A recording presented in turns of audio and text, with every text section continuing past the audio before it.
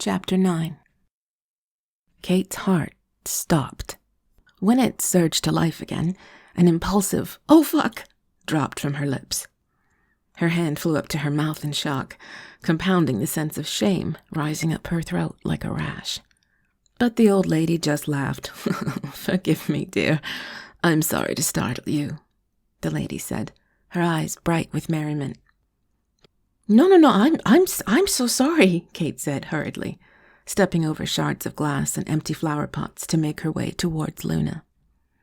"I had no idea. I mean, I didn't think anyone was..."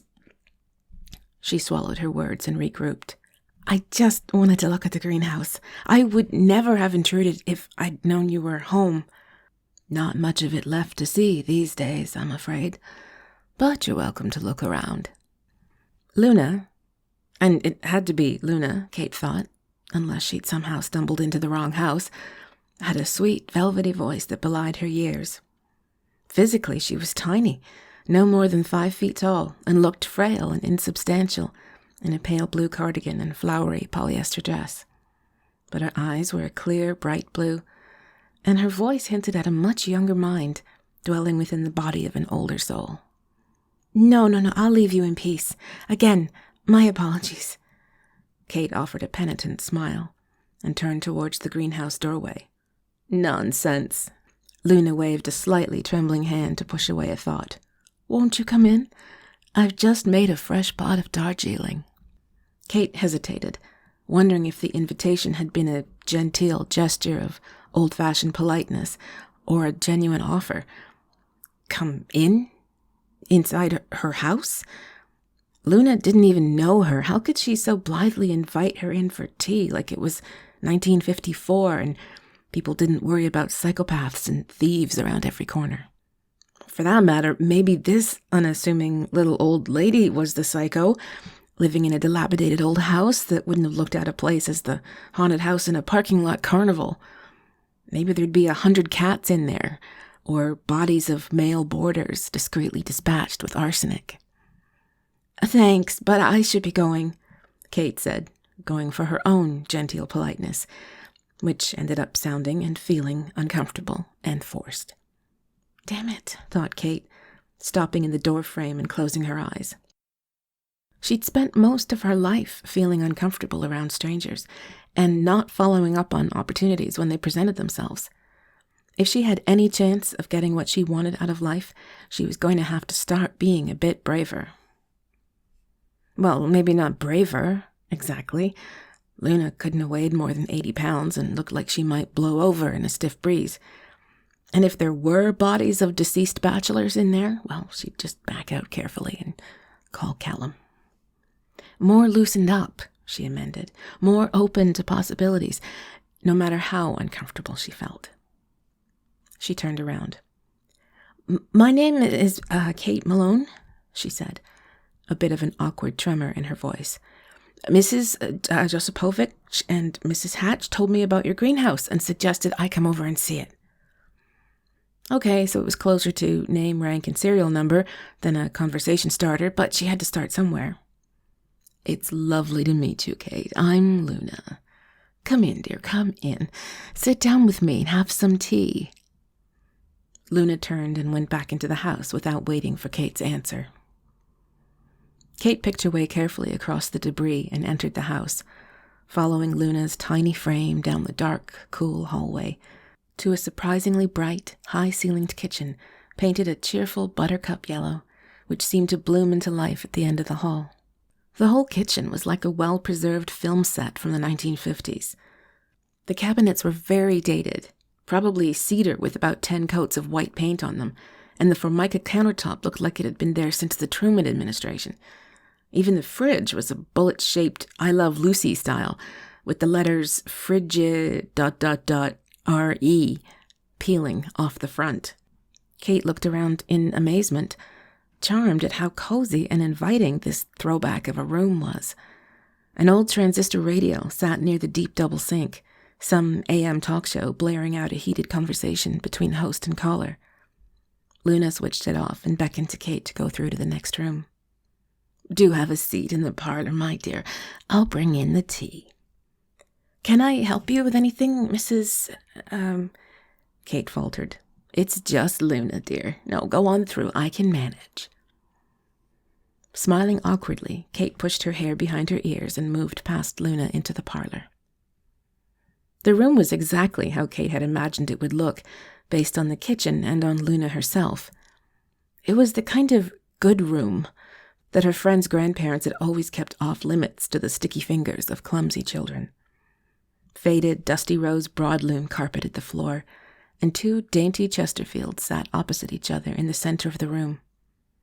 Porcelain figurines stared out wistfully from behind the glass of several display cabinets, and a grandfather clock ticked away sleepily in the corner. Along the far wall, a large fireplace stood empty and black, and beside it an old upright piano housed a collection of photo frames and collector plates on little brass easels. Everything was neat and just so, belying the neglect outside. This lady had pride in her home, Kate realized, letting her eyes roam over everything. It was like stepping back into the past, to a time when this kind of carpet and these little decorations meant class and elegance. The exterior of the house was obviously beyond Luna's ability to care for, but in this little world of ballerina figurines and lace doilies, Luna certainly had her standards. Kate took a seat on one of the uncomfortable sofas, just as Luna came into the room, bearing a tea tray with a teapot in a knitted cozy, 2 cups, and a plate of digestive biscuits. The cups rattled slightly as Luna set the tray down carefully on the little table between the sofas. "There we are," Luna announced, and arranged herself on the sofa opposite Kate. She looked up at Kate with a warm, engaging smile, as if to say, now that the niceties have been attended to, we can finally say hello. "Your house is lovely," said Kate, looking around appreciatively. "I'm partial to it," Luna said, a gleam of genuine pride in her eye. "I've lived here for 80 years. Kate blinked and spoke without thinking. 80 years? Really? That's incredible. "Oh, yes, since I was 3 years old. It's been in my family since 1839, in fact. My great-grandfather Horace Travers built it himself, long before any of these other houses were here." Luna gestured vaguely to the street outside. "Must have been a paradise then. No one around to spoil the view. But never mind all that. You said your name is Kate Malone. Are you new to Cedar Lake, dear?" "Oh, no, I lived here for nearly 10 years as a child," Kate said, watching as Luna poured them both a cup of amber-colored tea. "I moved to the city for a number of years, but I've just moved back." "Milk and sugar?" "Oh, yes, just milk, please." "And you wanted to see my greenhouse, you said? I'm so sorry there isn't anything left of it to see. I'd hate to see you come out this way for nothing." "Not at all. I've just been looking for a greenhouse for my business. I sell seeds online." She paused, wondering if online was a familiar concept to an 83-year-old woman who lived in a museum of a house. I'd like to cultivate some bulbs and start selling them." "Well, you're welcome to it, my dear," Luna said, holding out a delicate china cup towards Kate. Kate noticed the skin of Luna's hand was almost as delicate and translucent as the china. "I don't know how much use it'll be to you. It's been so run down for years." "I would be happy to fix it up," Kate said earnestly. "It has great bones. It just needs new glass in places and a good clean. It's really a remarkable addition to the house. I don't think I've ever seen a house with a greenhouse attached." "We used to grow our own food during the war," Luna said conversationally, "and victory gardens for the war effort, you know." She said this last as if victory gardens were all the rage 2 or 3 years ago, not something that most people these days would have to Google. Kate smiled at the older woman, assessing her, trying to judge if she were a permanent resident of 1943, in her head at least. "I'm actually quite surprised," Kate ventured, looking around the room again, this time to cast a critical eye over the bones of the house. "I don't mean any offense, but from the outside it seems like no one lives here." May I ask, are you sure it's safe? Structurally, I mean? Oh, yes, this house is solid as the pyramids. It just doesn't look as well as it once did. Luna thought for a moment and added, It must look a fright from the outside with so much overgrowth. I used to tend to the garden myself, but I'm afraid I'm not the horticulturalist I used to be. Do you like to garden? Kate asked, again without stopping to think. She felt an odd thrill of excitement, like being a lost tourist and finally finding someone who spoke your language. Oh, I used to be quite the gardener in my younger days. Luna sipped at her tea, and Kate noticed for the first time that she was wearing a pale coral lipstick, because most of it remained in a half-moon shape below the rim of Luna's cup. She must have put the makeup on while she was preparing the tea, Kate thought. She had company, after all. Must look one's best. And there is a young man that comes by every few weeks to tend to things that need immediate attention, Luna went on. He's always encouraging me to move into one of those assisted living facilities. You know the kind I mean. Bland meals and television all day, like that. But I told him this is my home, and in my day one's home was one's castle. I won't leave here until they carry me out. Kate nodded, not sure if she should smile at Luna's delightfully feisty delivery of this last pronouncement, giving the somber image her words had just conjured up. But then again, judging by how sharp and even sprightly Luna seemed, it could be another decade or two before anyone had to carry her anywhere. But oh, how I loved flowers. I loved the language of flowers, Luna said. I had a beau once who sent me a different bouquet every week, each one symbolizing something different. My mother had a book we kept in the hallway. You could look up all the various meanings of each flower, like red roses for passionate love and tulips for true love and hope. It was delightful. Kate wanted to ask if that young man had become Mr. Luna, but didn't want to pry.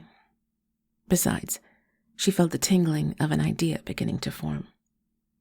She could design a new line of heirloom seeds, all around the language of flowers, putting together seed packets that would bloom into gardens full of forget-me-nots and lilacs for love and remembrance, red roses and chrysanthemums for passion, white violets for happiness.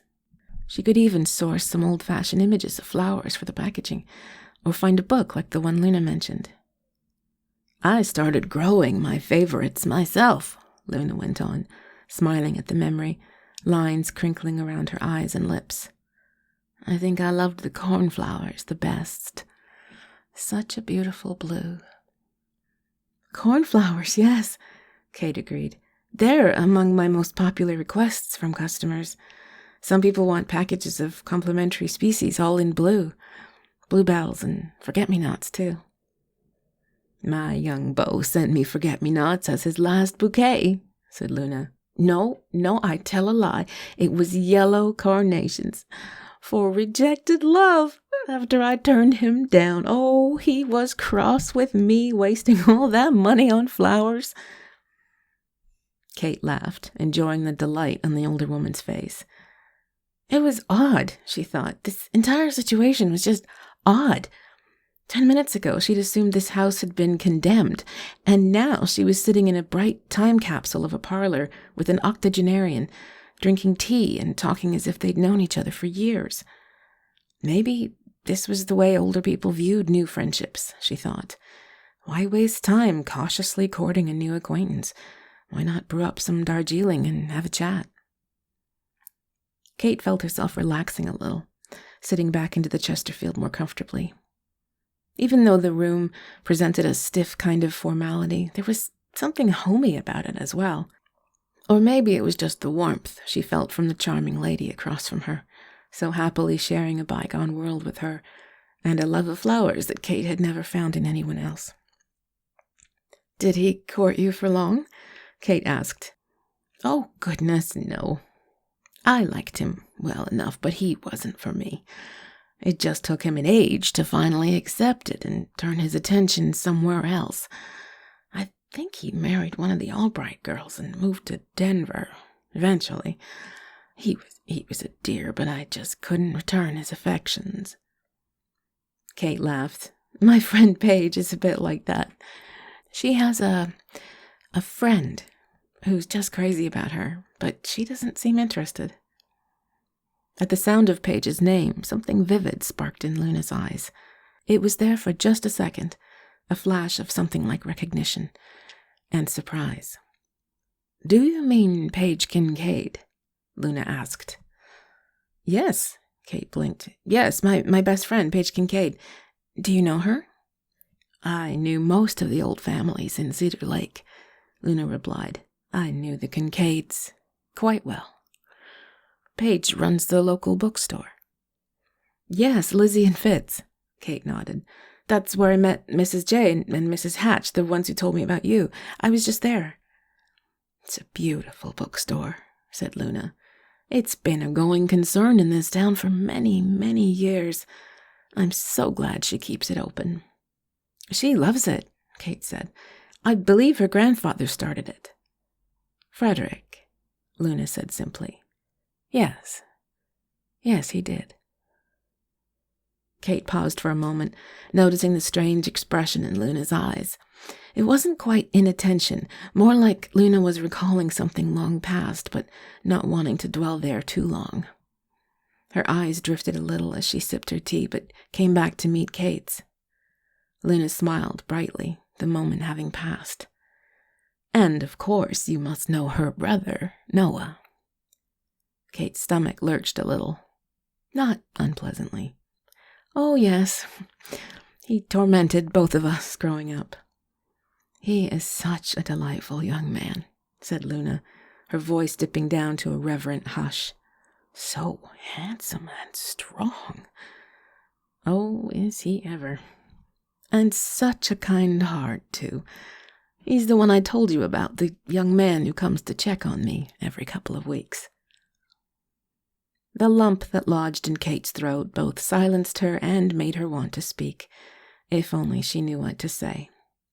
It shouldn't have surprised her at all that Noah looked in on Luna. It could have been part of a wellness check from the fire department, but she doubted it. More likely it was simply Noah being Noah, looking after everyone, caring about everyone. And wasn't that the irony, she thought, swallowing past the lump? Why did someone so kind-hearted and protective have to be such a wandering soul? And why did that soul have to wander off to Panama? Kate sipped her tea and tried to clear thoughts of Noah from her mind. Somehow, just picturing him sauntering up to Luna's doorway, all decked out in his EMS uniform and sunglasses, he'd definitely be the kind to rock some shades on duty, made another little hot chill ripple through her. Was kindness one of her turn-ons? Should she be trolling the local neighborhood watch meetings for a potential husband? "Are you all right, my dear?" Luna's bright eyes were keen beneath her crepey eyelids. Kate smiled self-consciously. "Yes, Luna," she faltered. I have to admit, I feel disrespectful calling you by your first name." Luna waved the idea away. "Oh, you just call me whatever you like. Miss Travers, if you insist. But that always sounds so fussy to me." "Miss?" Kate's eyebrows rose. "Did you never marry?" In other circumstances, with someone else, it might have been an impertinent question. But Kate felt nothing but openness and warmth from Luna, and for the first time in a long time, didn't feel awkward herself. Luna brought her cup to her lips with a slightly trembling hand. She sipped delicately, barely taking in any liquid at all. "I did, once, but that was a long time ago." Waiting to hear the story there must be behind a woman of 83 who had been married but hadn't taken her husband's name, or, equally as rare, had stopped using it, Kate drank more tea and nestled into the corner of the Chesterfield. When Luna didn't explain further, Kate spoke to fill the silence. Luna is a very unusual name, especially for someone of your generation, she said. Your parents must have been ahead of their time. Mirth twinkled in Luna's eyes. Not hardly, my dear. I wasn't christened Luna, you see. I was saddled with the name Luella Nadine. Can you imagine? What a thing to name a baby. Kate laughed. I don't know, it's kind of pretty. My sister got it worse. She was named Horatia Philomena. And my brother was Alphonse Whittier Philpott Travers, if you can get your mouth around that one. Wow, he must have had fun in kindergarten, Kate laughed. He's been just Al since he was 4 years old, Luna smiled. And Horatia called herself Phil all her life, so I decided to rename myself too. I just took the first 2 letters of each of my names and came up with Luna, like the moon, you know. Well, I think it's beautiful, Kate said, and it really suits you. A blush dusted Luna's pale cheeks, and for a moment she looked like the young girl she had once been, dreaming up a romantic name for herself. My mother hated it. Foolish name, she said. Luella Whittier and Nadine Philpott were my grandmothers, and I owed them more respect than that. Pfft, nonsense. If life doesn't start you out right, well, sometimes you have to make your own magic. Kate smiled. I couldn't agree more. And what about yourself? Are you married? Luna asked. Something about the way Luna put the question made Kate feel so much less embarrassed by the question than she normally was when strangers asked about her husband or lack thereof. When others asked her this question, it was more like they already assumed she was and just wanted to give her a chance to fill in details like name and occupation and number of children. But Luna was asking as though she didn't already assume there was a Mr. Malone, and it buoyed Kate's spirits somehow. No, I'm single, Kate replied, aiming for an airy tone, but instead breathing out the words on a shaky sigh. She smiled to try to lower the self-pity level a notch or 2. But I don't blame you, all you young career women these days, Luna said with warmth. Good for you, I say. Don't settle if you don't have to. Don't settle down? Kate clarified, not sure she'd heard Luna right. You're so young, my goodness, you should enjoy your life, Luna continued. It's not like in my day when marriage was expected and just so... Kate wanted to help her find the right word, but didn't have a hope of knowing what word Luna was grasping for. She could have been on the verge of saying just about anything. Sexist? Confining? Perfunctory? So wholly unsuited to the human heart. Kate blinked. Luna's eyes wandered over to the window again, and again the delicate china cup brushed her pale lips. She was reliving something again, her eyes sharpening on what had to be a particularly vivid memory. Or perhaps just a painful one. Kate didn't know what to say, but felt a strange sympathy for this lovely lady, in whose frail little frame it seemed the heart of a young woman still beat. I do so love cornflowers, Luna finally mused. I should go, thought Kate, feeling the first twinges of discomfort at having wandered into this lady's memories. Yet she hated the idea of leaving Luna here all alone, visited only by Noah every few weeks, it seemed. Did she have no children? No family? Kate didn't want to wade into those choppy waters, at least on this first meeting. But neither could she live with just taking her leave. I really must be going, Miss Travers. Luna, Kate began, placing her cup down carefully on the coffee table. It's been a true delight meeting you. I was wondering if you'd consider coming to Paige's bookstore tomorrow evening. A ladies' book club is having a meeting, and it seems like it might be a lot of fun. I could pick you up if you'd like to go. Luna's eyes brightened, and another blush suffused her soft cheeks. Oh my, that sounds lovely. But are you sure I'd be welcome? I haven't been very social amongst the townfolk in many years. I'm sure you'd be more than welcome. Do you like Agatha Christie? Luna cocked her head to the side and smiled bashfully. Oh, indeed. In fact, I had the pleasure of meeting Mrs. Christie once in Torquay. Delightful lady, very elegant. Then you'll definitely be welcome. Kate squeezed her hand gently. The ladies call themselves the Agathas, and Paige says they're devoted to her work. I'm sure they'll have endless questions for you. Well, then it sounds marvelous, Luna said. And in the genuine girlish delight Kate saw tugging at the corners of Luna's lips, she began to feel, maybe for the first time in her life, like she had done a good thing for someone else, and knew the full flush of quiet happiness that feeling brought with it.